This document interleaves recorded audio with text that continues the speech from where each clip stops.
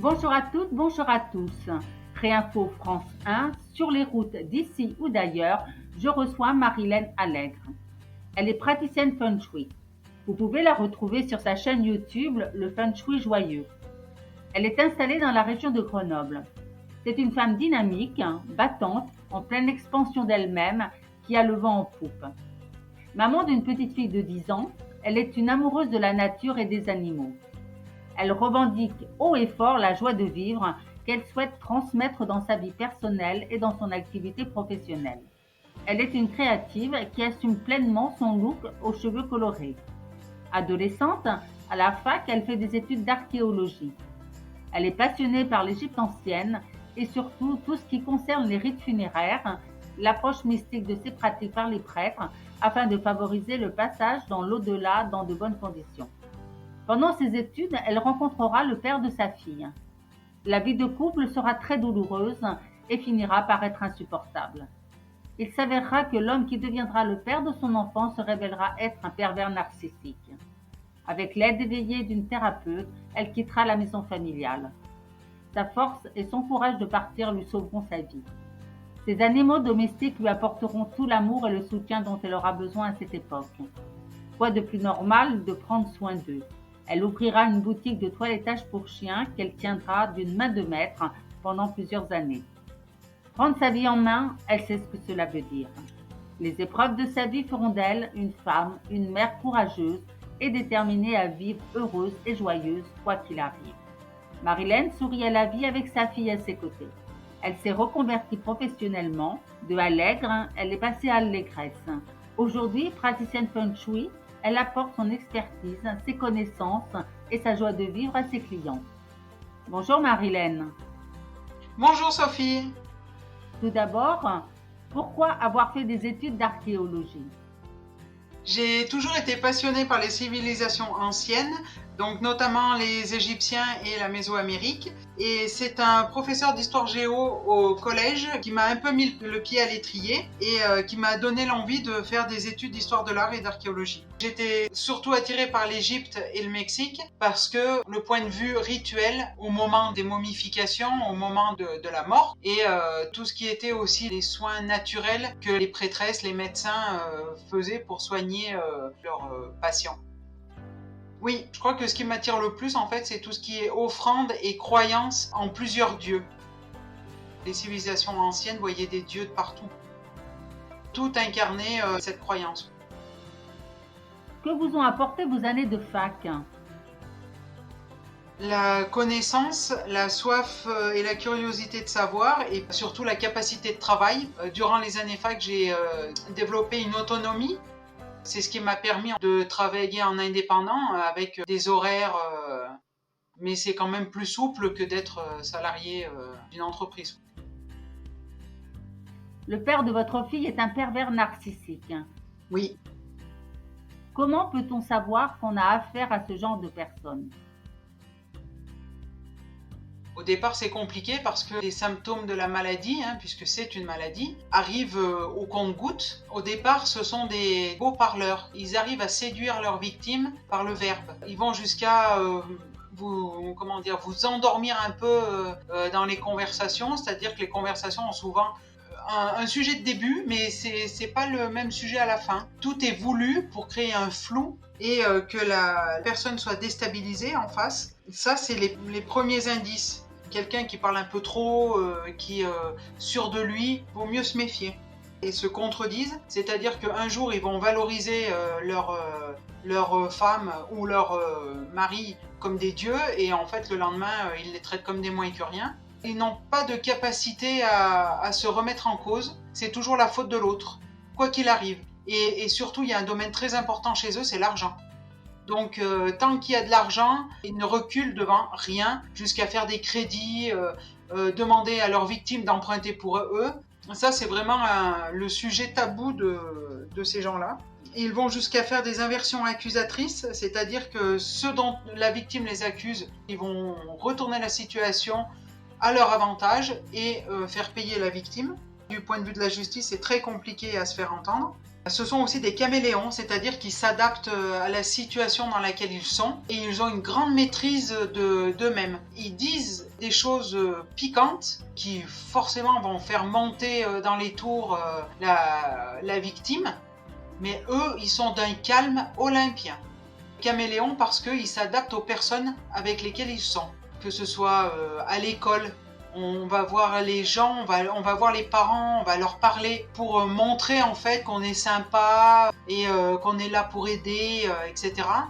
Ils ont un sentiment d'infériorité et c'est surtout très flagrant quand ils arrivent à mettre leur victime enceinte ou, si c'est des femmes, à obtenir de leur mari qu'elles aient un enfant.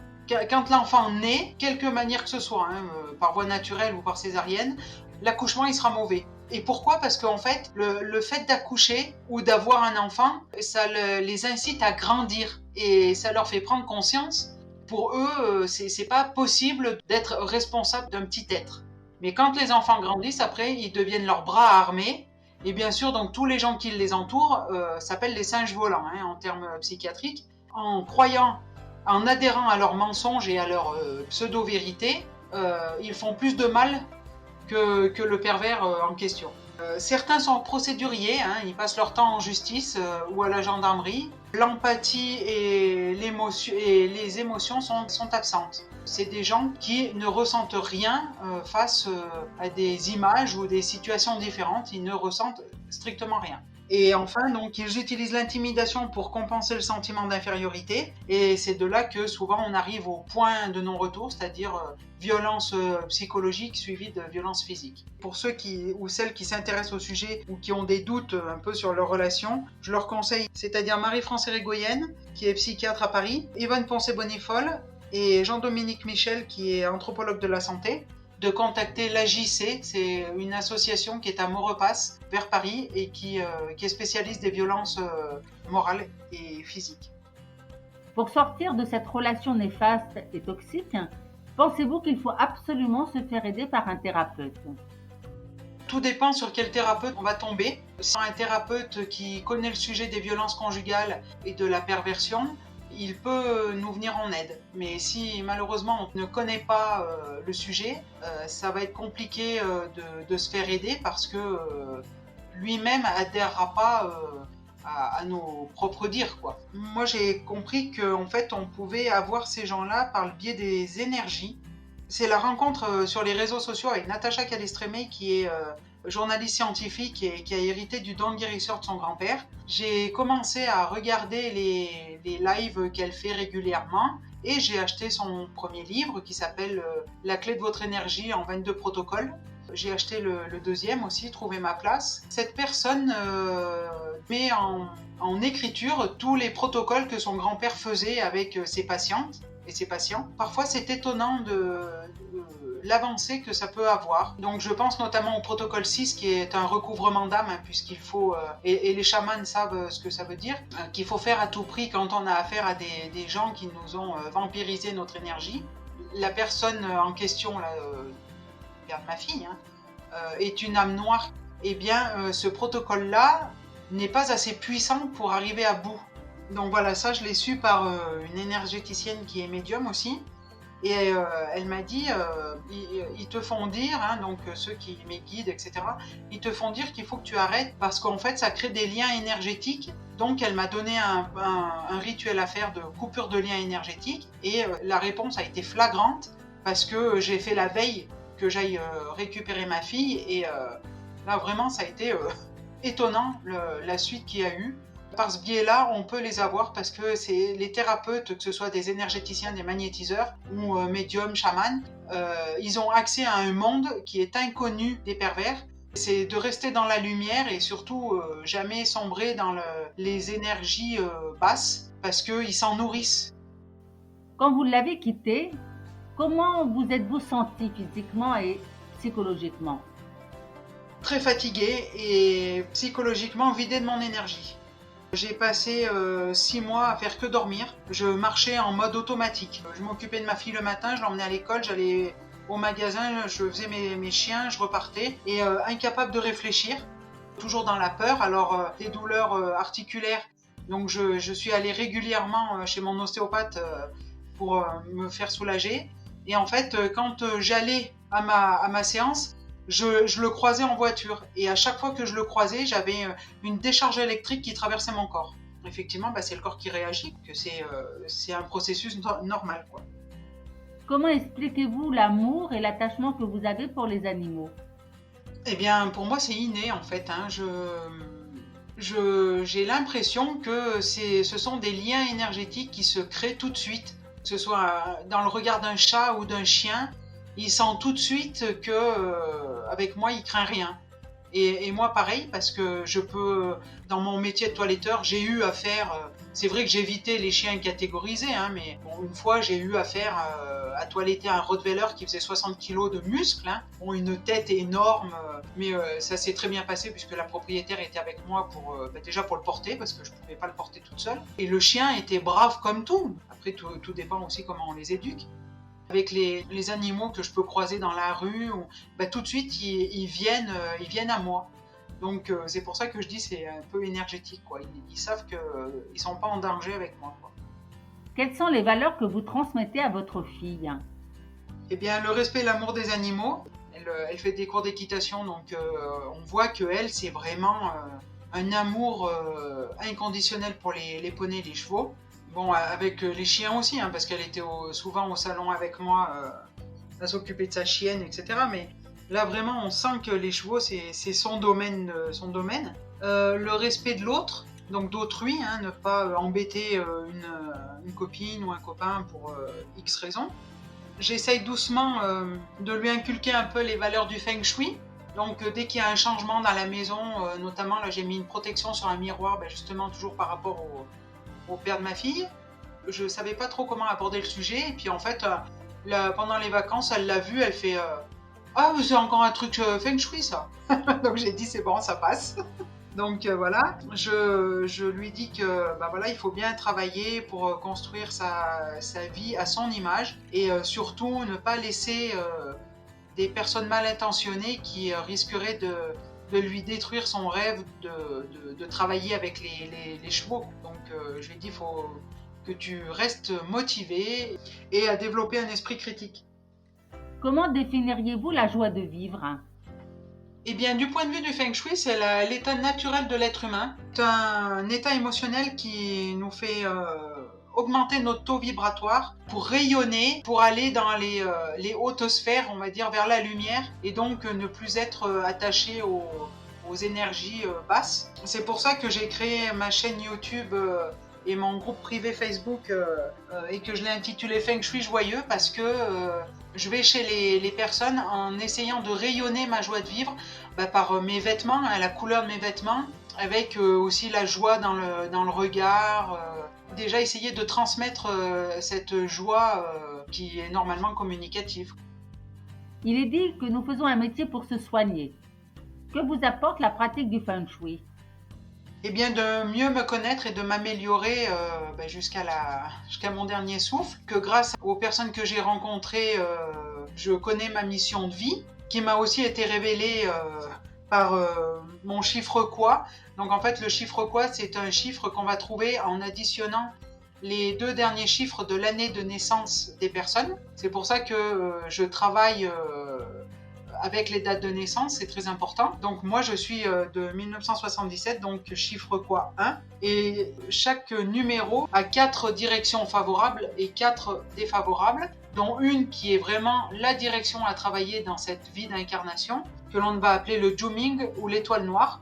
Et donc pour moi, mon étoile noire, c'est le sud-ouest. Et le sud-ouest, sur le carré Lochou, c'est le secteur des relations amoureuses et des relations amicales que j'ai à travailler dans cette vie. Ainsi que le secteur nord-ouest, puisque en posant le carré Lochou sur mon habitation, j'ai vu que ce secteur était en fait occupé par la salle de bain et les WC. Et le secteur correspond à la communication, aux aides extérieures, et c'est aussi ce qu'on va appeler le trigramme du père, c'est-à-dire l'énergie masculine qui est évacuée par les tuyaux des WC de la salle de bain. Donc là j'ai fait tous les remèdes qu'il fallait. Ce matin j'ai posé un miroir sur la porte de la salle de bain puisque je l'ai coupé énergétiquement.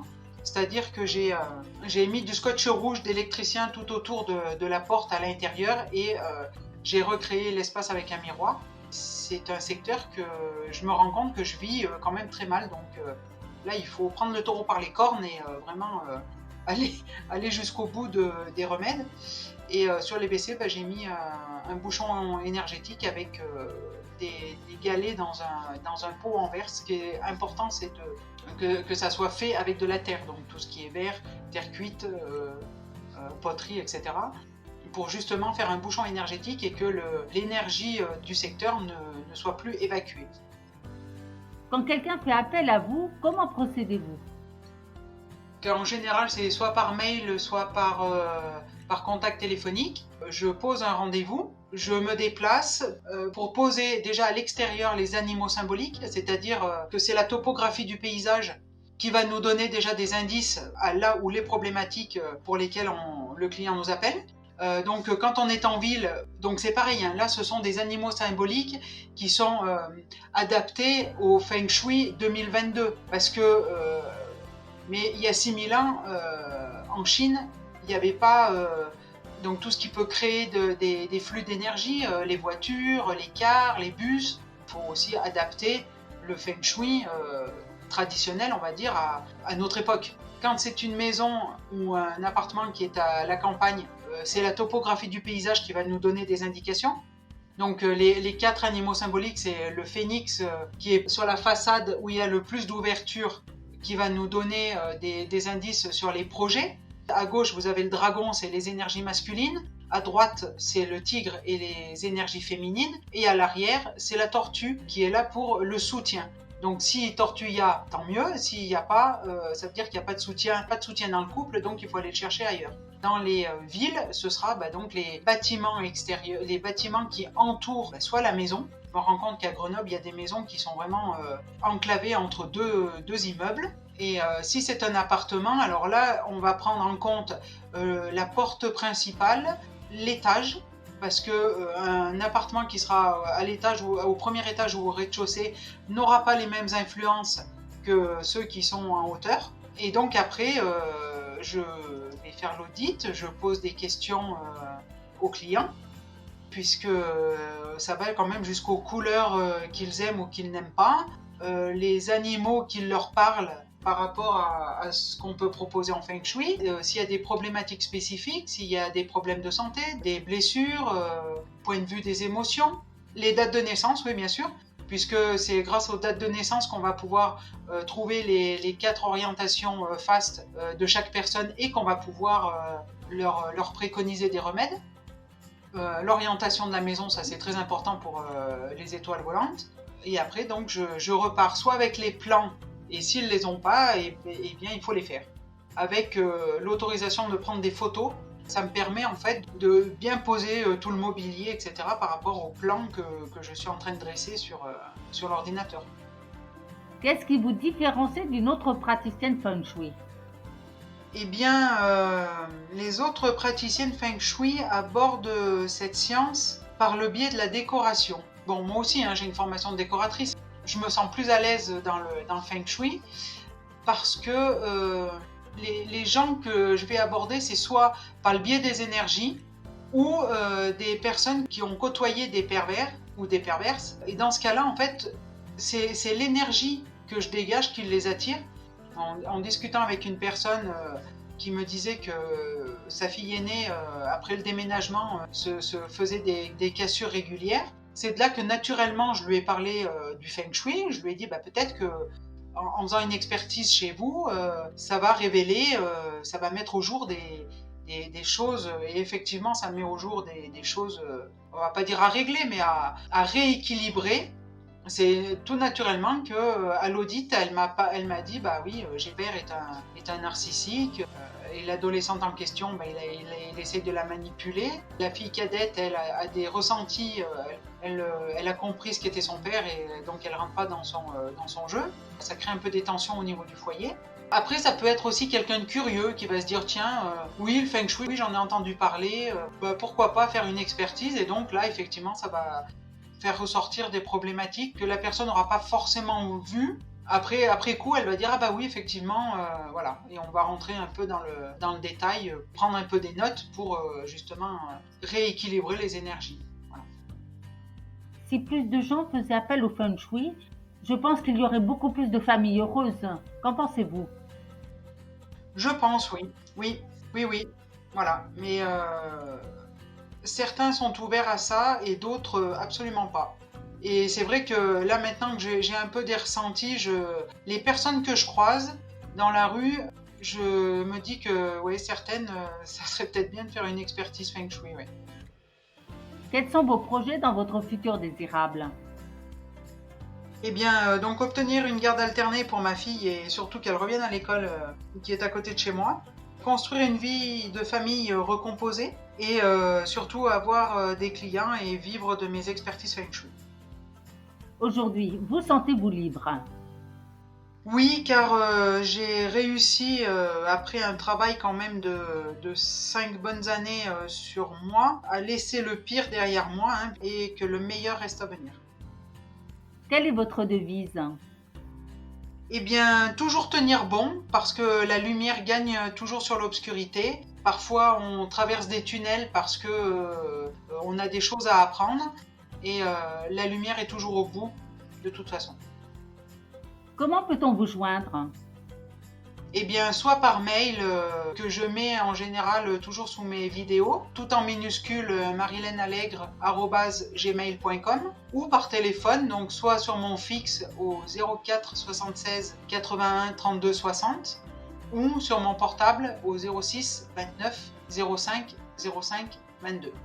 Je vous remercie Marilène de m'avoir contactée pour l'interview. Ce fut un réel plaisir d'échanger avec vous.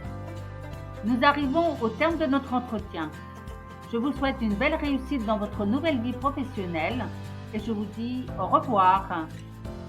Eh bien, je vous remercie aussi Sophie, merci de m'avoir interviewée et à bientôt. Je vous donne rendez-vous pour un nouvel entretien inspirant par une personne inspirée. C'était Sophie Salio-Marie sur les routes d'ici ou d'ailleurs, Réinfo France 1.